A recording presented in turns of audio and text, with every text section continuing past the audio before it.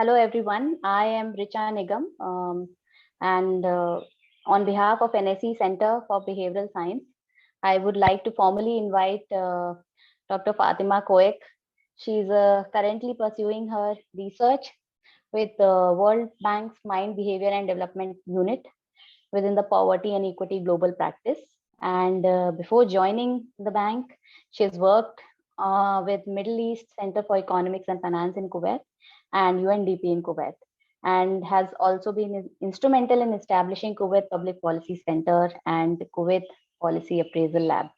So she has almost a decade of experience laying out behavioral insights, working with gathering and writing on behavioral diagnostic and design of behavioral experiments.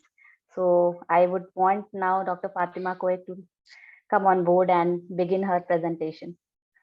Dr. Fatima Koek. Thank you, Ms. Richa. Thank you so much for the introduction. And I would like to thank the Center for Behavioral Science for inviting me today to speak as part of your monthly webinars. So my name is Fatima Koek. I'm Dr. to be, so I'm still pursuing my PhD. Just a small correction, Richa, I'm pursuing my PhD at the London School of Economics. Oh, yes. And I'm working as a short-term consultant with the World Bank Embedded team. So I've been with them since October, and I'm a second-year PhD student at London School of Economics. And my topic is about expectation or exception. I'm examining the effect of social norms on behavioral spillovers. Just before I start the presentation, you could see my screen. Yeah, perfect. 1 second. Just a quick introduction about myself. As I said, I'm a behavioral scientist. I have more than 10 years experience working for international organization. I'm currently a consultant, a short-term consultant with the World Bank as a behavioral scientist. And I have worked before. My last experience was with the United Nations Development Program in Kuwait, worked with them on several projects. The latest was to establish a Kuwait Public Policy Center. We supported the government, basically the General Secretariat for Supreme Council for Planning and Development, to establish a public policy center and provide evidence-based research on public policy. And within the center, we also supported the establishment of a Kuwait Policy Appraisal Lab, which is the first behavioral insights unit in Kuwait. I've also, after I graduated from LSE in Masters in Behavioral Science in 2016, I advised and supported also the establishment of Nudge Lebanon, which is the first NGO in the Middle East to apply behavioral insights. So I have experience working on RCTs, behavioral diagnostic, behavioral interventions, and development projects within the governments. So just as a brief background of myself, and I would like to also again thank you for inviting me today to this webinar. The agenda for today. So first, I will walk you through an introduction to behavioral insights. So for those of you in attending today the lecture, if you are new to behavioral science and to the world of behavioral insights, just a quick introduction to stimulate the discussion and bring you on board with key concepts and definitions. Then I will delve more into my research topic that I'm currently working on within my PhD, and it's regarding social norm and behavioral spillover. So I will provide key definitions and present a theoretical framework that I'm working on and some of the empirical research and key findings that I have implemented in the past year.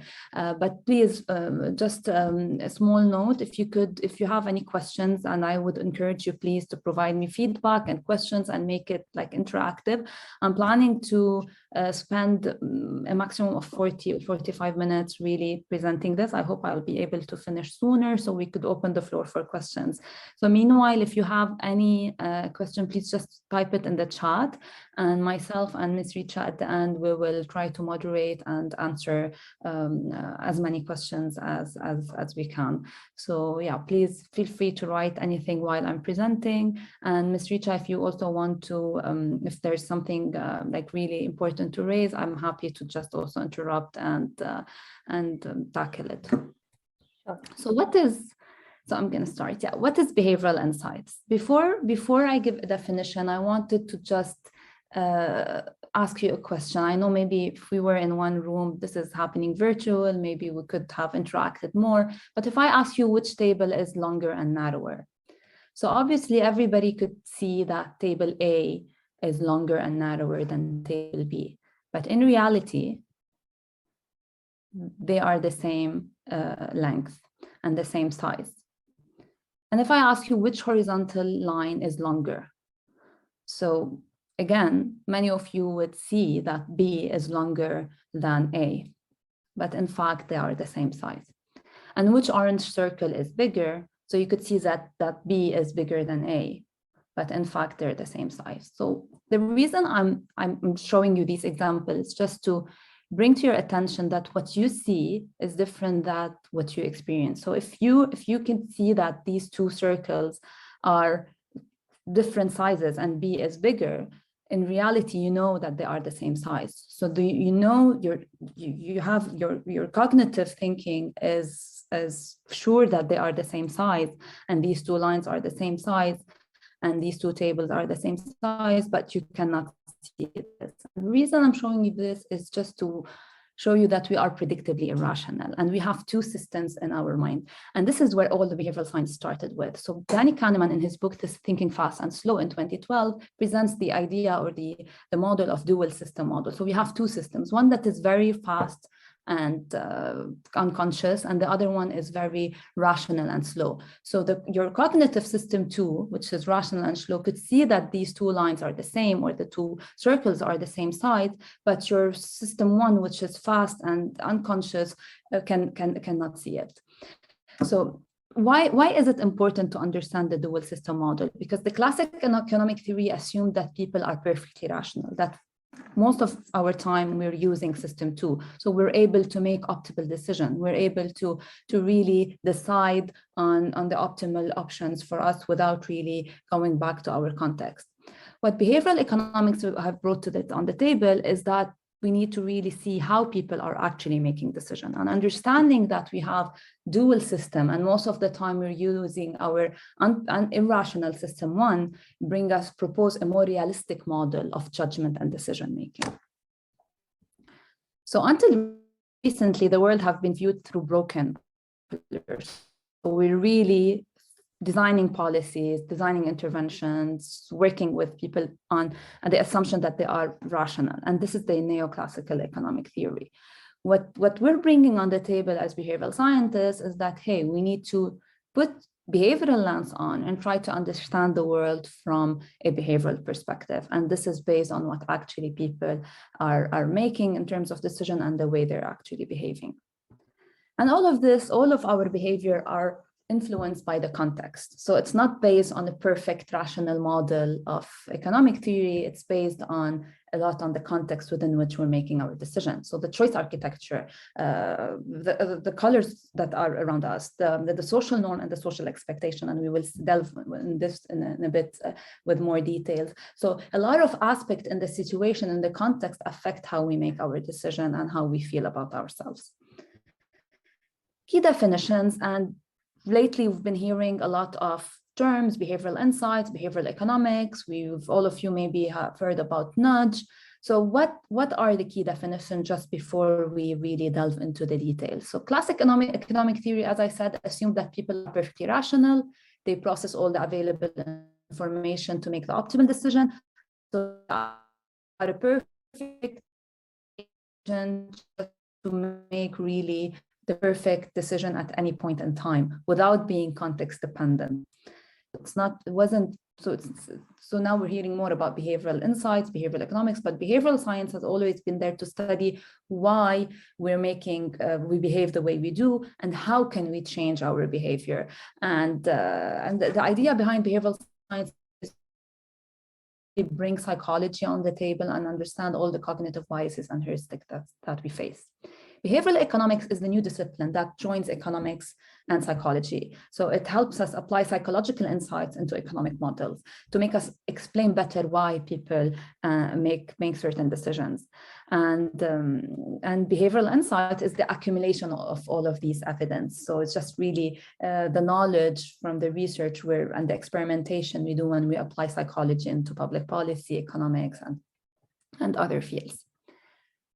Lately, we've seen since 2011, the first behavioral insights unit emerged in the UK, and since then we have seen the establishment of different behavioral insights unit around the world. And the application is just not only inside governments like the UK, but also outside government and in academia, in universities, and also multinational organizations like the World Bank, OECD, the UN, and others. So this map, I like this map. It's not quite updated, so it's 2018, but OECD put together back then all the behavioral insights units around the world. And if I zoom in, because I'm now in Kuwait and I've been working in the region since for the past 10 years, and you could see that since 2018, we have, and then now the number also have grown more and more. We have more different units around the region, but back then, Nudge Lebanon, Saudi Arabia, QBIU in Qatar,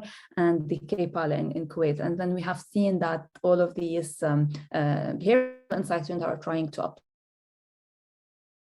science into different development and public policy challenges. One last definition is about nudge, and we hear the word nudge also a lot. And how is nudge linked to behavior?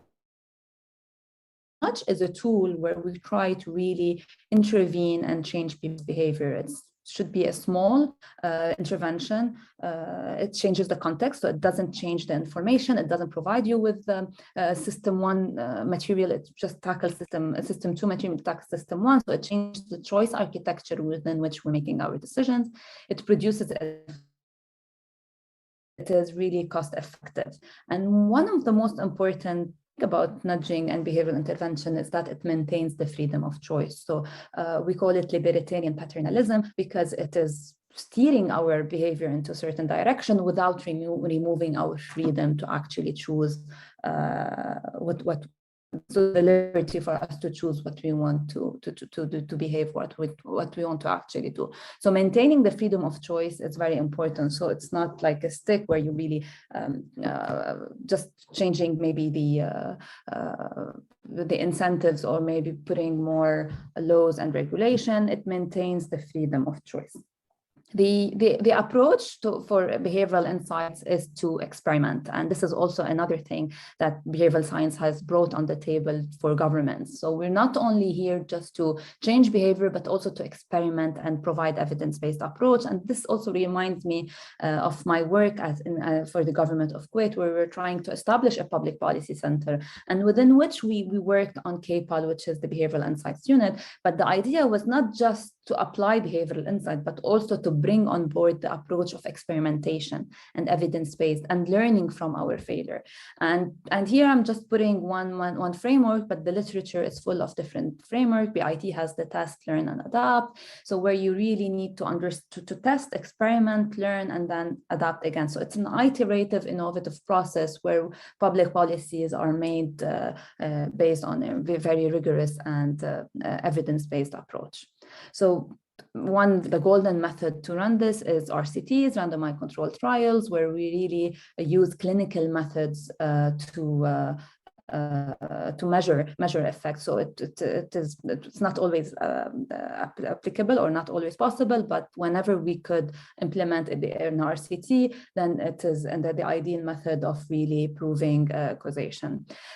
Just before I go into my research, I wanted to also bring on the table an example of a randomized controlled trial that I was involved in Lebanon, and back in 2016, is to try to increase the payment of electricity bills on time. So there was a small city in Lebanon called Saida, and then they have the problem. It's the problem all over Lebanon, where people or citizens are not paying their electricity bills on time. So the government is really missing out on a big amount of revenues. So what we did there is we randomized households into 4 conditions. So the first condition was the control, the basic form. They received the basic split form, and then the other 3 treatments were provided with different interventions. Here we were trying to replicate the experiment, the first experiment done by BIT in the UK, where they tried to increase the payment of taxes. And what worked there is social norms. So we tried the third treatment was social norms. So we told people that, 90% of people in Lebanon, they pay their electricity bill on time. So the problem is everybody would end up paying, but they pay them very late. So what we used here is that more than 90% of residents in your area pay their bill on time. Do you want to be a part of it? And then the second one was hassle factor and loss aversion. If you don't pay your electricity bills on time, then you would end up waking up at 7 a.m., going to wait in a long queue to get, so just giving them the extra financial and effort they need to do if they didn't pay on time. And the last one was the national pride. And this was touching on their ego and the sense of pride. So if you are, and we put the Lebanese flag, if you are a really good citizen, what about pay your bills on time? And the findings were quite interesting. We thought that social norm would be the one outperforming the control, but guess what wasn't the case? The fourth treatment, which is the national pride, provided a much more. So all of them outperformed the control, but basically the ego one really maybe it increased by 15%, and it was statistically significant. So the conclusion here is that context matters, and we really need to not just replicate, but understand the context and experiment and learning from the specific population we're working with before generalizing our findings and our replication. So this leads me to presenting my current research that I'm working on, and being a very big fan of social norms and behavioral spillovers. My research is on the effect of social expectations on emotions, moral self-image, and behavioral spillovers. Before I start with showing you the empirical research, wanted to walk through some key definitions. So yeah, just before that, okay. Sorry. So the research questions first. How do expectation and social norms shape how we feel and perceive our actions? So my research would tackle three different research strands from the literature. The first one is social norm, and I look at the social norm from a different perspective. The reason why I showed you the RCT in Lebanon and the experiment on the electricity bills is just to show you that behavioral insights have been using social norm as a tool to change behavior and as a tool to nudge people or steer their behavior into a certain direction. What I'm trying to bring here on the table is understand how people perceive their action, how they evaluate their morality or their emotions after engaging in socially expected behavior. So I'm rethinking a little bit social norm, not just as a tool to change behavior, but really as a tool to understand how it shapes how we feel and perceive our actions. And the reason I do this is to better understand when we are more likely to stay consistent with our subsequent behavior, and I will show you in a bit. The second question is how these self-evaluation and perception affect our moral self-image. So we have moral self-image is our evaluation of morality at one point in time.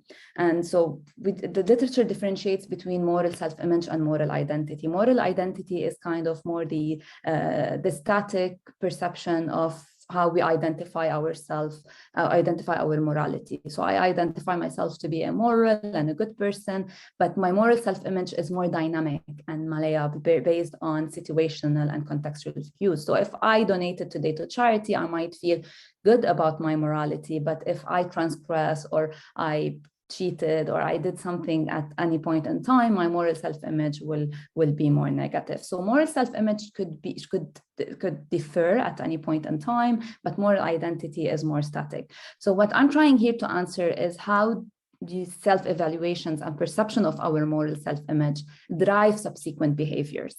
And why we're doing this, because people tend to act consistently with previous actions, but sometimes also they tend to act in an opposite way. And this is where behavioral spillovers comes into play. So my research tackled these three broad questions. So linking social norm to how we perceive our morality and how our perception of our morality or our emotions will affect being consistent or not with our previous behavior. And the general overarching objective of my thesis is to really solve collective action problems. Because if I, as a behavioral scientist or as a policymaker, try to nudge people to recycle more, or to buy more electric cars, or to be less corrupt, or to maybe to get COVID test every week just to reduce infection. These all are collective action problem, and it needs really the cooperation of everybody in the society for us to achieve global change. However, if we just nudge one behavior and we don't look at how this behavior will have impact on other spillovers, then we're just looking at the problem from a narrow perspective. So this is the overarching objective of my research, to really see how nudging one specific behavior could affect other spillover effects. So just again, to give a small introduction, what is known by social norm? So social norm is a tendency for us to do what other people are expecting us to do, or what other people are doing around us. So it's a herd behavior. And through evolution, we have learned that we need to herd, and we need to just follow the norm and follow what is expected from us. And we experience social influence in so many different aspects in our life. When we sit quietly in a library, when we wear appropriately in a wedding, when we stand in the queue, and so forth. So here I want to go a little bit deeper in the literature and differentiate between two behavior.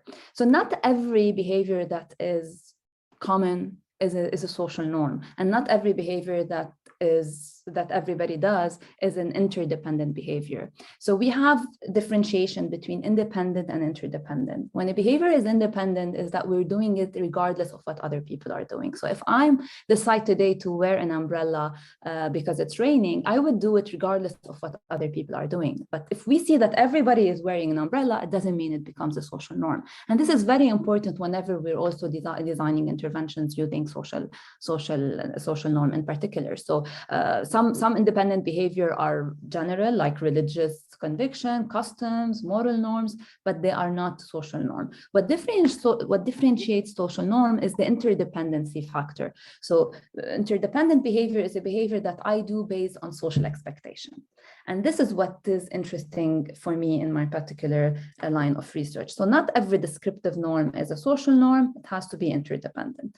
Going a little bit deeper, and I'm basing my definition of social norm on Christina Beccari's book, Norms in the Wild. She differentiates between two types of expectations.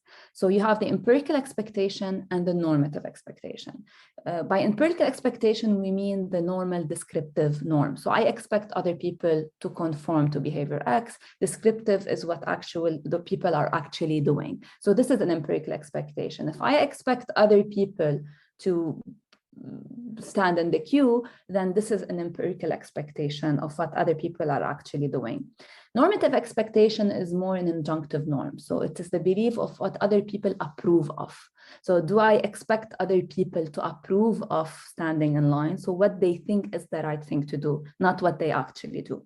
And conditional preference is the key. So if a behavior is a social norm, it has to have a conditional preference. And what I mean by conditional preference, I am standing in the queue because, and only on the condition that other people are standing in the queue and believe it's the right thing to do. And this is when a social norm definition holds. So not every, again, common behavior is a social norm. It becomes a social norm when it has these two social expectations. Why is this important? It's important because in the literature, there's no study that looked at how social norm in this definition impact the way we perceive our actions. So if I'm wearing an umbrella and it's not a social norm, I would not feel the same comparing it to just conforming to what is socially expected from me. And this difference in how I feel about my behavior will impact behavioral spillovers. Just to give you a very quick behavioral interventions on social norm, and I think a lot of you are aware of these examples, is one used in the environment literature on reusing the towel. So they told people that this amount, 75% of the guests are using their towels, and really try to see which one worked. So here, I'm just putting this example to say again that social norms have been used in the literature to try to change behavior, but not in the domain of really assessing how abiding by, so I'm reusing my towel because I expect other people to reuse their towel. How does this impact the way I appraise myself? Moving into behavioral spillovers. Behavioral spillovers are a new addition to the behavioral science literature, and where they look at one of the ripple effect of one behavioral intervention. So no behavior sits in a vacuum, and one behavior can greatly affect what's happened next. And Danny Kahneman says that the mapping of these ripples is now one of the most exciting pursuits in behavioral research, because if you try to increase the electricity bills on the payment of electricity bills on time, guess what? Doesn't mean that this behavior will not influence many different other behaviors afterwards. So unless you really map out all these effects, then you wouldn't be really changing behaviors into the right directions. Paul Dolan and Matteo Galizzi, in their paper in 2015, they differentiate between different types of behavioral spillovers. So you either act in a consistent way with your previous action, or you act in an opposing and contradicting way. So the first one is a promoting behavioral spillover, and this is here. So either you have, and this is based on a lot of other also theoretical framework like foot in the door, cognitive dissonance, what the hell effect. So either you act in a consistent way, even if you decide today, for example, not to go to the gym, perhaps it's a negative behavior. You come back from work, you don't go to the gym, you decide, you know what the hell? So it's called what the hell effect. So it's a negative promoting behavioral spillover. Let me eat a burger because I did not exercise today. So promoting spillover, it's not always being positive. So being consistent, you could act in a negative way and stay consistent. You could cheat and say, okay, what the hell, I cheated, so let me continue with my bad behavior. Or it could be a positive, consistent behavior. When it comes to balancing, it could take two different forms, either permitting or purging. So either you behave well, so you do a positive behavior one, then you permit yourself to transgress and behave immorally in the second behavior. And one of the most famous example of this is moral licensing. So I paid my electricity bills on time, I feel licensed, maybe not to donate or not to be transparent, and my, I don't know, tax collection, something like this. So moral licensing is a permitting behavioral spillover. And it's one of the more counterintuitive concepts, because if you behaved well, why would you transgress and do something bad after that? And a lot of debate in the literature on what is actually influencing moral licensing. The third type is purging, and this is when we start with a negative behavior and end up really correcting this and behaving more positively afterwards. And one example is moral cleansing. So I really cheat, I did something immoral, I'm more likely to really cleanse my moral discredit and then try to really do something good after that, maybe donate, recycle, or do something more positive. So this is perhaps intuitive, but moral licensing has a big counterintuitive example. And I'm particularly in my research interested to look at moral licensing. So if I stand in the queue because it is expected from me, am I more likely to transgress in the future behavior, or more likely to stay consistent? And this is the big question. So again, there is a big debate on consistency versus balancing, and recent studies are trying to look at the different moderators that influence these two directions. And just here to show you a summary of not comprehensive, but the main findings in the literature of why we tend to not stay consistent with, when do we stay consistent with our previous behavior and when we try to transgress. So first, the construal level. So recalling abstract past behavior leads to more consistency. So saying, yeah, I helped the environment last year by recycling this amount of papers, comparing to, yeah, I was recycling every day. So just recalling the abstract past proved to lead to more consistency. So I'm more likely to be linking it to the actual cause. commitment versus progress, rather than saying I have done this amount of positive work. I would more focus on the commitment, would lead more to consistency. Yeah, this is just straightforward, identifying with the social cause if I really believe. So and this is a little bit linked to also the research on social expectation. If I'm really I'm doing my pro-environmental behavior, or I am not being corrupt because of the social cause itself, because I want to be a transparent person, or because I want to help the environment, then we're more likely to stay consistent. And if, guess what, my research question is if we're not doing it based on social cause, we're doing it based on social expectation, would this lead to more licensing or balancing effect? The fourth dimension is value and cost. So if I really invest a lot in doing a behavior, I'm more likely to be consistent. Also, it's very intuitive.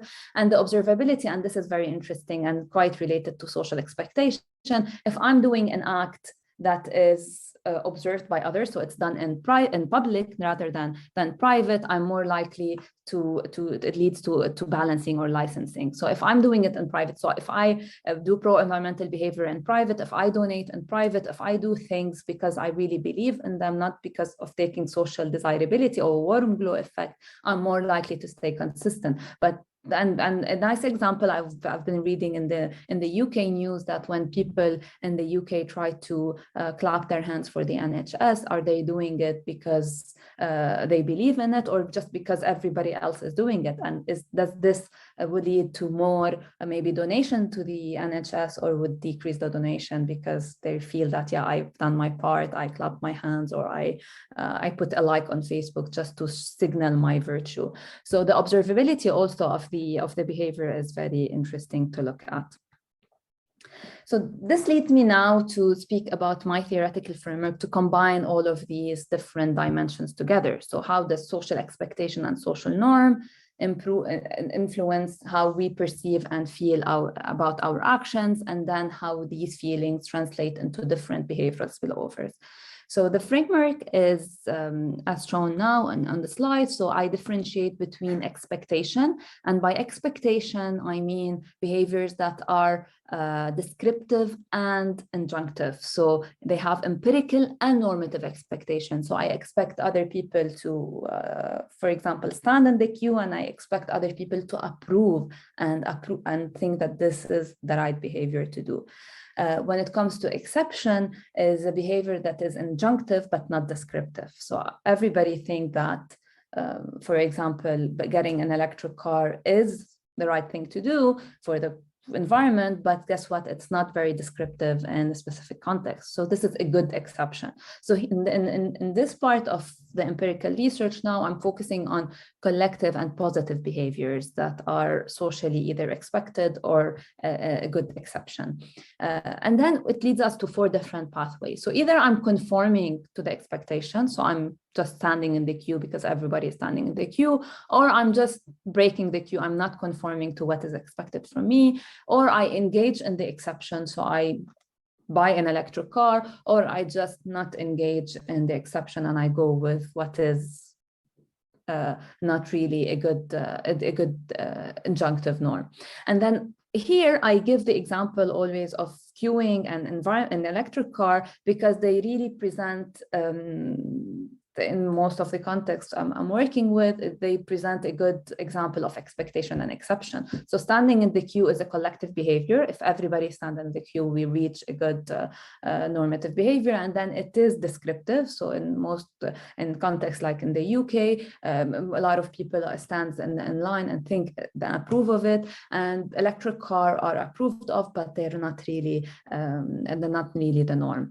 And then I look at the 2 independent variables, the moral self-image, emotions, and emotions. And for emotions, I don't look at general emotions. I'm a little bit specific to emotions of pride, enthusiasm, shame, guilt, because in the literature also breaking the norm or not really abiding by what is socially expected of us brings a lot of feelings of shame, and in some cases guilt. So I look specifically into this. And for moral self-image, I adopt a scale by Jordan and his colleagues in 2015, where they looked at how to measure or capture our moral self-image at a specific point in time. This is how the theoretic experiment looks in a nutshell, and then behavior 2 would be here, how this would influence our subsequent actions. So whether we will stay consistent, or we will be more licensed, or we will engage in moral balancing just to transgress or correct what we have done before. So the question here is more exploratory. I want to see how does engaging in social expectation versus exception influence the second behavior through these two variables. So I have done so far 2 studies, and in the first study I randomized. This study I did it on an online experiment since it was COVID and the lockdown. So I did it on mTurk, and we targeted participants from around the world. So in this experiment in particular, we had maybe 30% of the participants from India, 30% from the US, and the rest from around the world. And it was quite interesting to see the diversity of the participants and how they have different social expectations. But so now I will just present you the aggregate result. I'm not going into a specific segment, but just wanted to put this to show you that this is what it wasn't done just in the UK. It was really targeting different participants from around the world. So we had 4 treatment groups, and we randomized them first into 2 groups. So first, they were either taking a vignette scenario on waiting in the queue, and another participant was taking a vignette scenario on buying an electric car. We measured their social expectations, so their empirical expectation, normative expectation, personal normative belief, what they believe is the right thing to do, so their personal norm, and how likely are they to engage in this behavior, so waiting in line or buying an electric car. After answering these questions, they were further randomized into 4 groups. So either they were asked to imagine standing in the queue, imagine breaking the queue, imagine buying an electric car, and imagine not buying an electric car. So really very simple experiment design where they're randomized into four different conditions. After that, we measured emotions and moral self-image. And emotions, as I said, we had 10 different emotions, 5 negative and 5 positive. So emotions like proud, being proud, feeling proud at this point in time, enthusiastic, excited, determined, inspired, and the negative emotions were afraid, ashamed, nervous, guilty, and distressed. And moral self-image is also a scale from the literature where we really measured how they reflected on their moral self-regard at a very specific point in time. So first, the manipulation check, just to see whether or not we had difference in social expectations. And as expected, as predicted, normative expectation was higher for the standing in the queue. So in the blue, you would see the results for the first treatment, which is standing in line. Interesting result is that participants had higher empirical expectation of standing in the queue. So 70% expected others to stand in line, and only 26% almost expected others to buy an electric car. But what they believed is the right thing to do, so their personal normative belief is more on the electric car. So they believe that buying an electric car is more important, is the right thing to do more than standing in queue. But when we were asked them about their likelihood of engaging in a behavior, they're more likely to stand in line. So they're more likely to herd and follow the empirical expectation, although they believe that electric car is really 80% of them believe that electric car is the right thing to do. So, so these results is just to show that the manipulation check that standing in the queue is normative, but not descriptive. Descriptive, sorry, and buying an electric car is normative and non-descriptive. Moving into some of the results on the 2 variables. So first, the average emotions. We found a very significant difference between average emotions across conditions. And the interesting part is that not buying an electric car and waiting in line led to the same average emotion of 0.8. So if if I go back just to show you quickly here, this is exactly how we predicted. We predicted that people who are conforming to what is expected from them to do would feel neutral, and people who are not doing what is expected, not doing the exception or the good exception would also feel normal. So if all the public policy are trying to tell us, yeah, you need to recycle, you need to donate more to charity, you need to maybe in COVID also 19 measures, you need to do all of these collective behaviors. If they are not socially expected from us and we don't expect others to do it, then guess what? We don't even feel bad about not doing them. And comparing this to this is quite interesting. So not breaking the line or not conforming to what's socially expected from you make me feel much worse compared to not doing what is a good exception.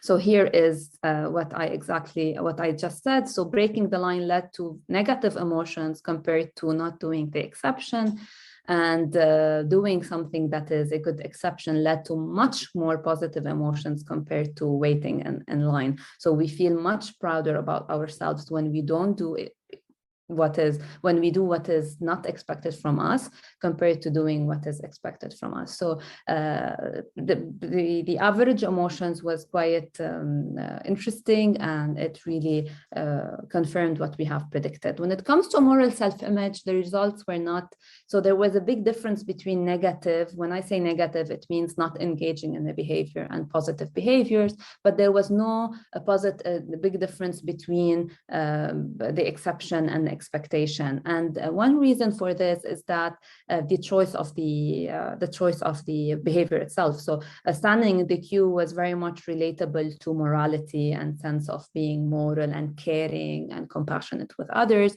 And buying an electric car really and pro-environmental behaviors have proved not to really be linked to morality. So buying an electric car would not really increase much more my moral self-image. So yeah, the results were interesting in terms of seeing that, yeah, breaking in line and buying a conventional car would lead to difference, but with positive behavior, they didn't lead to any difference not as we predicted.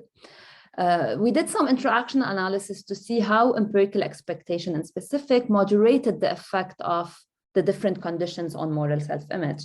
And as expected, people who broke the line, so in the break condition, had a negative moderation effect. So the higher they expected others to wait in line, the more negative they perceived their morality. But waiting in line led to no moderation effect. So empirical expectation did not influence people's morality when they stood in line.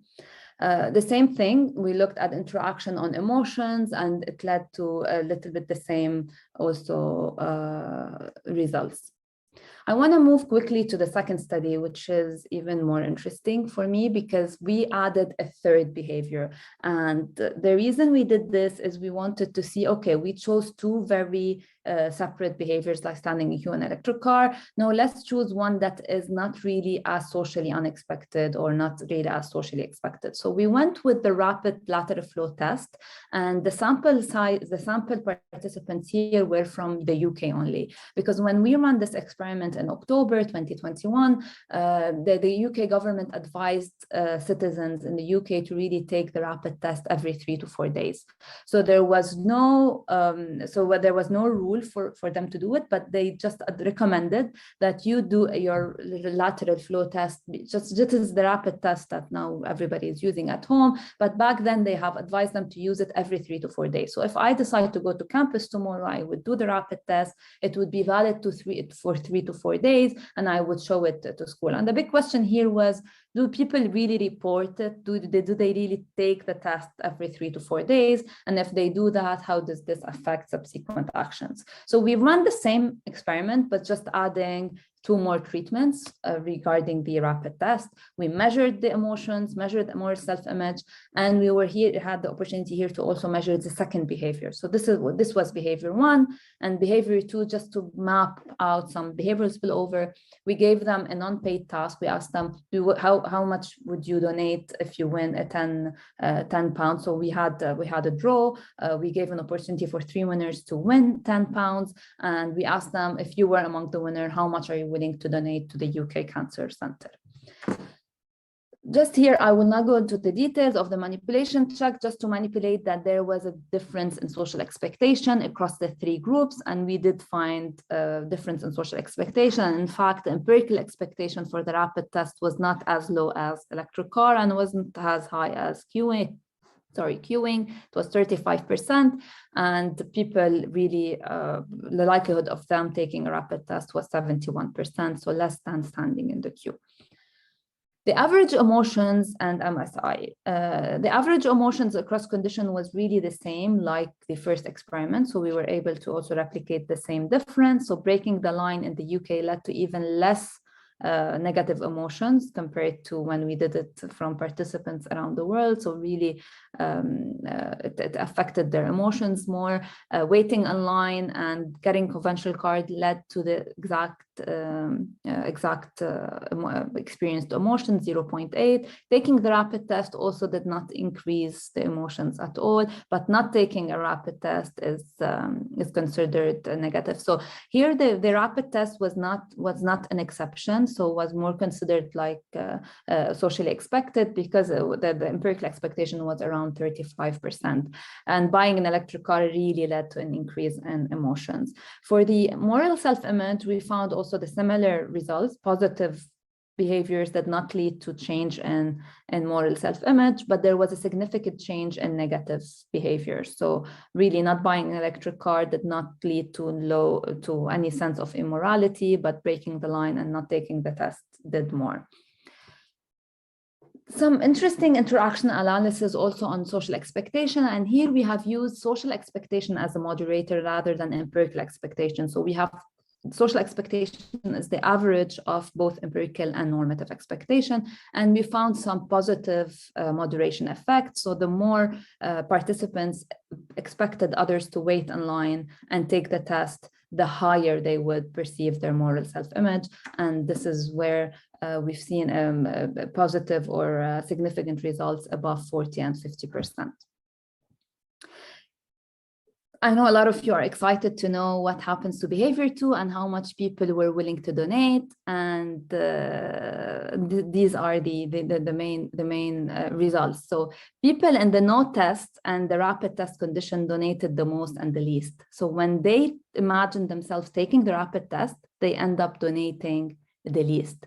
And this is here moral licensing in action. And when they imagine themselves not taking the rapid test, they were more willing to donate. And the reason for this difference is also we tested a regression analysis to see how moral self-image influenced donation, and we found some positive relation between donations and moral self-image. So moral self-image is the one influencing donation more than emotions. And once we found these results, we were trying to dig more into the rapid test condition and see how social expectation influenced this moral licensing effect. So some key implications of the findings is that first, social expectation and norm not only are ways for us to change behavior, but also they help us influence how participants perceive and evaluate their behaviors. So behaving according to what is expected from us and not behaving according to the exception leads to no change in experienced emotions. And another key takeaways is that moral self-image and emotions were significantly different across conditions. So if we look at one behavior, it's important to see how it impacts how we feel about our actions. A third takeaway is that social expectation moderate the effect of engaging in the norm on moral self-image. So when it's not just a comparison across condition, but also if we take one condition as a standalone, social expectation did moderate the effect of waiting in line on moral self-image. So if I don't expect other people to wait in line, my moral self-image will not increase as much. It will only increase when I expect others to wait in line and when my empirical expectation is above 40%. The fourth key takeaway is that moral self-image influence behavioral spillover. And going back to the literature, there's a big debate on why we transgress and remember moral licensing. When are we more likely to behave in contradiction to our initial actions? There's a lot of models out there, and one of them is the moral credit model. So there we have a hypothetical moral credit account in our brain, and when we do something good, we gain credit, like a currency, moral currency, and then we use those credit to transgress. So what we proved in this small empirical research is that moral self-image, so the amount of credit we give ourselves when we got tested or we imagined getting the rapid test, influenced behavior spillover and made us really donate much less than other conditions. So this is a very important finding, that the way we perceive our morality influence how the decision we make in subsequent action, in subsequent behaviors. And the last one is that participants in the rapid test condition were influenced by social expectation. So social expectation moderated how they perceived their morality, and they ended up having negative spillover effect. So in the test condition, they donated the least, so moral licensing was there, and in the no test, they donated much more, which is considered moral cleansing. So they imagined not taking the test, and because it was socially expected from them, they ended up really trying to donate more than the test condition. Yeah, I hope you have enjoyed the lecture. I would really love to hear from you any questions. I'm going to go back to maybe the framework. So how do you want Ms. Richa to go about it? Should I keep this slide or I stop sharing? Thank you so much for the presentation. I think, yeah, we can have the slide and we can just deal with it. I think so far I've got one question. So I'll just read it out. It's a different question from the work that you have presented. So it is about how to change the behavior of citizen to help for carbon footprint reduction. So okay, so it's quite a general question. Yeah, it's a general question other than the presentation. And I would request the participants, if they have any specific questions to the presentation, first we can just take up that, and then probably we can answer this one.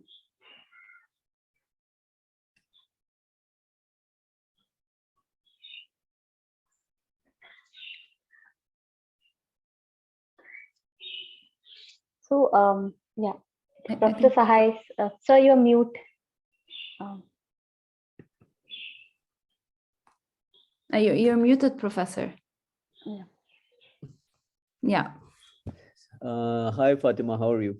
So while we wait for the participants to come up with questions, I had one question. If you go back to that slide where you showed the expectations versus exceptions, yes, and also you mentioned conforming and not conforming.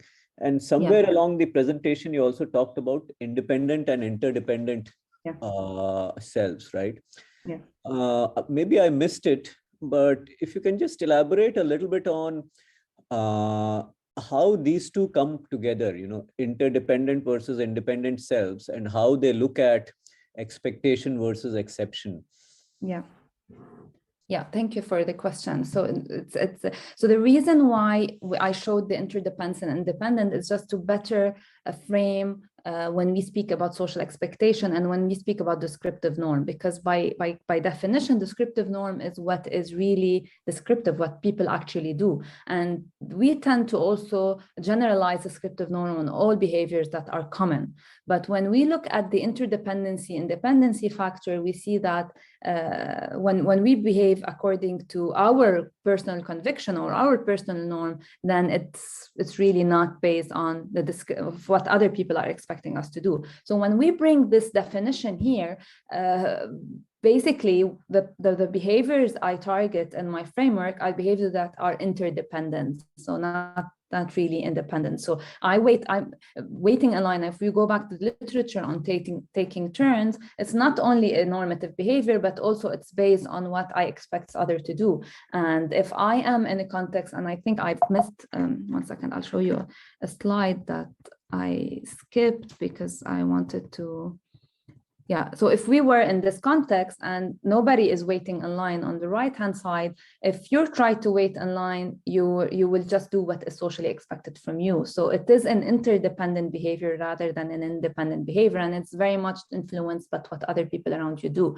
And in the framework itself, I focus on these kinds of behavior that are interdependent, and then I look at how social expectation would influence how you perceive your action, because an independent behavior is a religious behavior, a moral norm, or maybe just wearing your umbrella. So logically, so if I may interrupt, logically, it seems to me that an independent kind of personality will be less influenced by social expectation, and an interdependent person would be more influenced by social expectation. Of course, it has an individual, difference, and the culture within which you're making the decision. So if a culture is an individualistic versus a collective culture, then also it would affect the way. So in that sense, therefore, I mean, what is, if I can ask, and maybe again I missed this somewhere, what would be the contribution to the research literature? What would you say is the contribution to the research literature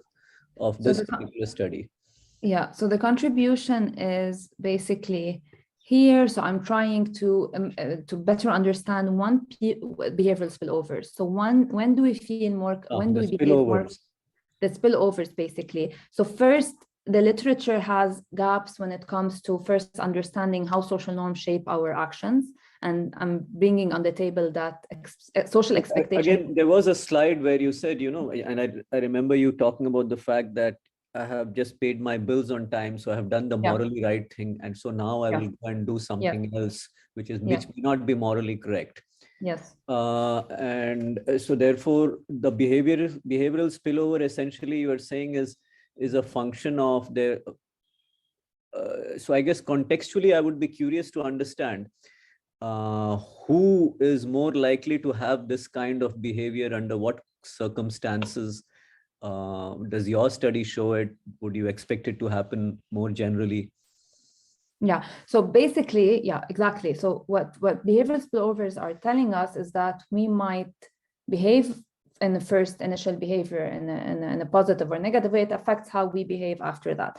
What the literature is trying to understand is when. So there's a big debate in the literature on when are we consistent. So when are we consistent with our previous action, and when do we transgress or behave, we feel morally licensed. So in my research, I try to dig more, and what I found in my last empirical research is that people that are behaving according to social expectations are more likely to experience moral licensing. So if I am taking the rapid test because it's socially expected from me to do so, then my moral self-image is moderated by social expectation, then I'm more likely to experience moral licensing. So I'm more likely to transgress because to step out. Okay. Yeah. And is there a substantial difference between dependent and independent and interdependent people over here? Yeah. So no. So I didn't. So this is an interesting point, and perhaps in my future experiments, I would maybe in this experiment itself take it as a covariate and see the effect. And this is individual difference, and it could be quite interesting. And thank you for raising it. But no, I'm looking at it from a general perspective. And the way when I run the moderation analysis, I look at how every participant is moderated by social expectation. So how his social expectation. So when I show here, 1 second. Yeah, so in this, for this is the condition for taking the rapid test. So participants who expected that, so more than 40% are taking the rapid test, experience a higher moral self-image. So this is saying that the behavior is interdependent and these people are interdependent. But when they had low social expectations, so they think that no one is taking the test, they didn't experience any positive moral. So if they imagine taking the rapid test, they didn't feel more moral because taking the rapid test is moderated by social expectations. So it is an interdependent behavior. But I didn't look at whether they are more individualistic, maybe in a way you're asking the question, or collectivist in the way they usually approach things. But what I'm sure of is that the action of taking a rapid test is really moderated by social expectations. So I will not feel moral about my action if nobody else is taking the rapid test. And you have done all of this from a behavioral standpoint. Have you actually run this in a lab, a neuro lab, EEG or fMRI? So no, what I did is I ran an online experiment so it was an experiment embedded in Qualtrics, and we did it on mTurk. So we recruited participants so no, we didn't get the chance to really do it in a lab because of COVID, but hopefully if we have the facilities, then it would be much more interesting to see the effect. Okay, thank you. Yeah, sure. I believe you have lots of questions now. Yeah. So, there is one question regarding the analysis itself, because we've been addressing that. So I'll just take that question first. So it states that were the regression models fitted to individuals, possibly by using mixed effect models? It would be interesting to see if there were any differences within participants or communities, like the way the two studies, I didn't look at the mixed effect models, but maybe in subsequent ones, when I have a larger sample size, I'll be able to maybe look more into the individual differences and the effect. Mm-hmm. Okay. And there's also a question on emotional states, that can we take all those emotional states that are there in PANAS scale? Yeah, so I actually used a shorter version of the PANAS scale because it has 20 emotions. I used a shorter one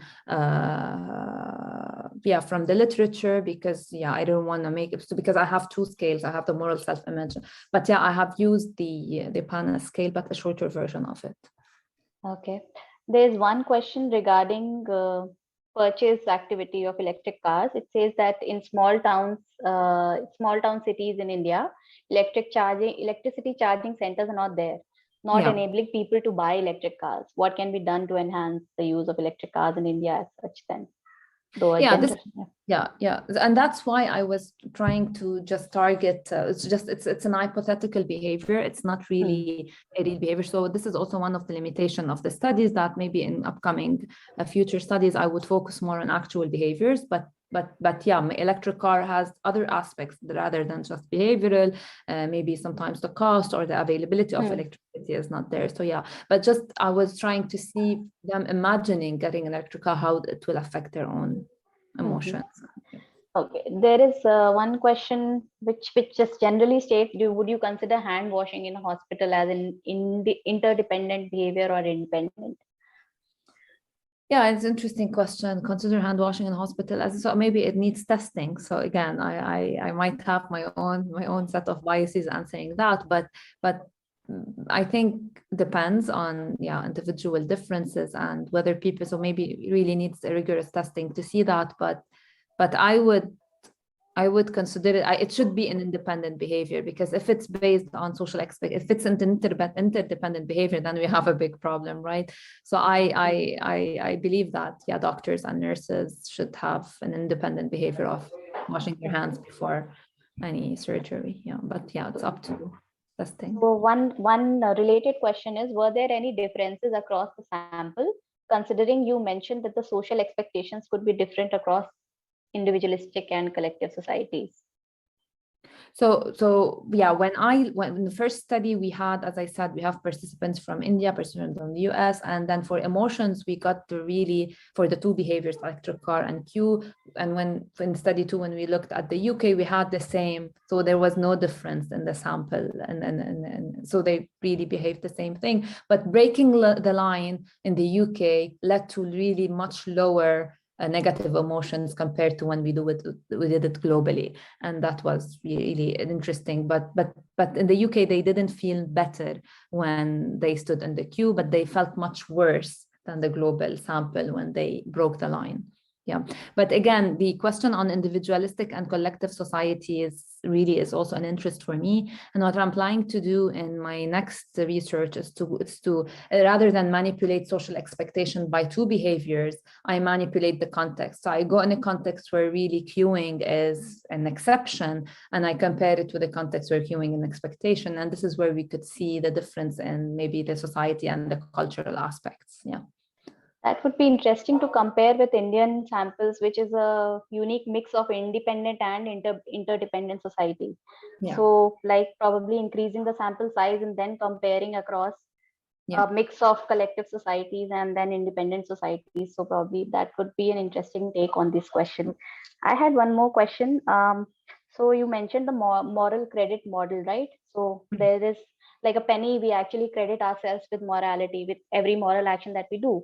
So is there a inverse relation that you are hinting at, that when we credit ourselves with a moral action, so the spillover behavior will mostly be negative, because we are mostly licensing. Anyways crediting, licensing. Yeah, so exactly. And the moral credit model comes up with a hypothetical moral credit account where you put credit yourself when you do something good. But the thing is, and this is where, answering the question of Professor Sahai, this is where there's a big debate in the literature. So when do we use those credit and transgress? And when do we stay consistent and say, no, I want to build more credit in my moral account? So and there's a lot of studies in the literature trying to see, and I laid out some of the causes, some of the moderation, like having a commitment versus progress, the value, the cost, whatever. What I'm adding to the literature is how the social norm and expectation influence the way I perceive this moral credit. So if I did a behavior one and I gave myself a moral credit, but because other people expected me to do it, my hypothesis, and I'm still trying to test it, it would lead to more moral licensing, because I didn't do it based on my personal conviction. I did it to please other. Maybe I did it for virtue signaling or whatever. So this is in a nutshell what I'm trying to prove here. So basically it begins with the idea, perception of the initiative itself, like whether it comes from expectations or it is an independent behavior. Exactly. Because in my experiment, in my second experiment, people who were in the treatment where they imagined buying an electric car did not end up paying more to the donations. So they didn't feel licensed to do it. So they didn't link buying an electric car to social norm and expectation, perhaps because it is an exception. So they always felt positive about buying an electric car, and empirical expectation did not moderate this relationship. Yeah. Okay, I think we've answered all the questions that were typed here. If anybody has any more questions, please post. Professor Sahai, you have anything to add? No, I'm good. I think this issue that Fatima raised about the literature and what it is looking at in terms of what are the situations under which the transgressions take place. To me, that's a fascinating question, both from a behavioral standpoint and from a neural standpoint. And even as from a marketing standpoint, I'm trying to sell some stuff. It's a hedonic consumption item. When will the person be much more likely to buy it rather than not, if they have bought something before coming to this? How does that influence? So there are lots of fascinating questions, and to be able to then pinpoint it from a neural correlate perspective, that would be even more fascinating. So looking forward to the next pieces of research in this stream. Sure. And hopefully the center and Fatima can collaborate in some ways to do more research in this area. Sure. So thank you very much for taking the time, Fatima. It was a pleasure to listen to your presentation.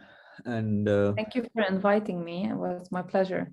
And I and really hope we could collaborate in the future on an experiment or a study. It would be my pleasure to also do that. Absolutely, sure. Absolutely. So, sure. So I will sign off now. Thank you again. Thank you. Thank you, everyone. Thank you, everyone. Thank you, Dr. Fatima Quick, for an interesting presentation and leaving us with a lot of implications in our head to explore, actually. Thank you for reaching out, and thank you for inviting me.